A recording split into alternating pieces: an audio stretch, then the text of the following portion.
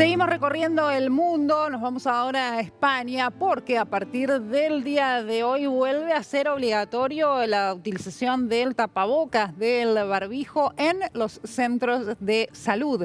Es una disposición de las autoridades del país ante el aumento de los virus respiratorios. No estamos hablando solamente del COVID-19, sino que además hay un aumento de los casos de bronquiolitis y paralelamente de gripe común, de la gripe común, de la influenza. Para ampliar un poco esta información, conocer efectivamente cuál es la situación en los hospitales, en los centros de salud del país, estamos en comunicación con Daniel López Acuña, exdirector de Acción Sanitaria en Crisis de la OMS desde España. Muy buenos días, Agustina Sciori lo saluda en Argentina. Muy buenos días, Agustina. ¿Qué tal? Bien, bueno, analizábamos días atrás, ¿no?, cómo iban en aumento los casos de virus respiratorios, la preocupación que había también por el inminente colapso de los centros de salud y ahora esta disposición que ha tomado el gobierno. Sí, como señalábamos en nuestro análisis anterior y lo reitero ahora, hay una tripledemia de infecciones respiratorias agudas. Hay una incidencia de casi 1.000 casos por 100.000 habitantes y que ha subido de 800 a 1.000 en las últimas 2 semanas. Claro. Fundamentalmente la gripe estacional, la influenza A, pero también COVID y también virus respiratorio sincitial. Ante esto, que se da por las bajas temperaturas, por la falta de protección con mascarilla en espacios de alto riesgo y por las bajas coberturas de vacunación, ha sido muy importante el que el Ministerio de Sanidad tome la decisión de convocar a un consejo interterritorial el lunes pasado para plantear la reintroducción del barbijo o la mascarilla en establecimientos sanitarios, en centros de salud y hospitales. No todas las comunidades autónomas estuvieron a favor, me parece que lo han hecho las que han estado en contra por razones políticas y no técnicas, claro. Y por fortuna el Ministerio de Sanidad ha optado por ir hacia un decreto armonizador en todo el país que establezca la obligatoriedad de lo que ya es obligatorio en 6 comunidades autónomas que sí lo han asumido. Claro. Entonces me parece una medida muy acertada, lo que hay que hacer para frenar en alguna medida, no es que sea la única medida que se pueda tomar, pero también hay que reforzar las coberturas vacunales que están muy bajas. Justamente, a ver, no hubo consenso, hubo algunos lugares donde prestaron oposición, principalmente por cuestiones políticas, pero ¿cuál era el argumento que daban? ¿Que no era necesario, que no registraban los casos suficientes, que los hospitales no estaban colapsados? Lamentablemente no ha habido argumentos, ha sido únicamente un postureo político. Extremadamente expresado en una persona como la presidenta de la Comunidad de Madrid, que dice que hacer estas cosas son ocurrencias cuando hay evidencia científica de su eficacia. Pero yo creo que esto lo tenemos que leer en la clave política de que buena parte de las autonomías, no todas, que están gobernadas por el Partido Popular son las que se han opuesto.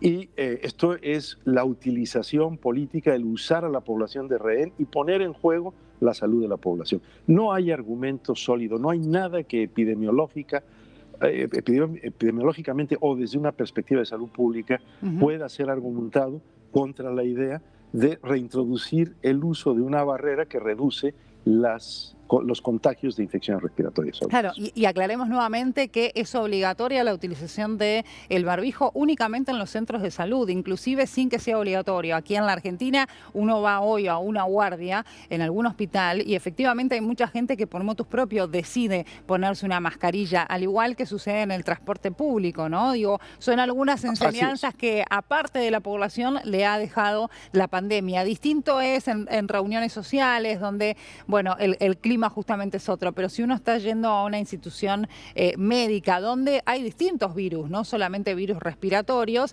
quizá lo más adecuado sea la utilización de la mascarilla, ¿no? Definitivamente es lo más adecuado, es lo más sensato, está probado epidemiológicamente que funciona para reducir los contagios de virus respiratorios o de virus que causan infecciones respiratorias agudas. Pero yo sí insistiría en que también es importante la recomendación, aunque no se declare obligatoriedad por la imposibilidad de hacerlo, de que toda persona que está afectada por síntomas respiratorios use la mascarilla para no contagiar a los demás, por una razón de elemental responsabilidad y solidaridad. Sin duda. Y que seamos muy cautos también en el transporte público. Yo insisto, yo uso la mascarilla en un avión, uso la mascarilla en un autobús, y si acudo a cualquier reunión en donde hay concentración de personas y se trata de un espacio mal ventilado, uso también la mascarilla. Entonces yo creo que hay que alentar esa responsabilidad individual, pero hay que ayudarla con medidas de salud pública que establezcan la obligatoriedad como la que se ha establecido en los centros sanitarios. ¿Hubo una discusión también en torno a si era necesario o no la utilización de barbijo dentro de las farmacias? Sí, hay una recomendación de utilizarla en las farmacias y en los centros sociosanitarios o residencias geriátricas. La posición original era del ministerio que también fuese obligatorio. Se ha llegado a un consenso de que sea una fuerte recomendación, y en donde solo se mantiene la obligatoriedad en el decreto que mañana entrará en vigor es en los centros sanitarios. Claro, entiendo. En cuanto al nivel de vacunación, hoy por hoy, ¿dónde está situado España? ¿Cuál es el porcentaje de vacunación de la población, considerando los refuerzos también y el esquema dispuesto por las autoridades? Sí, la cobertura de vacunación en la población que está establecida en el esquema dispuesto por las autoridades ha sido mucho más baja este año que el año pasado. El año pasado se alcanzó más del 90% de cobertura en personas mayores de 60 años para COVID y para influenza. Este año estamos en 40% en los mayores de 60 años, 60% en los mayores de 80.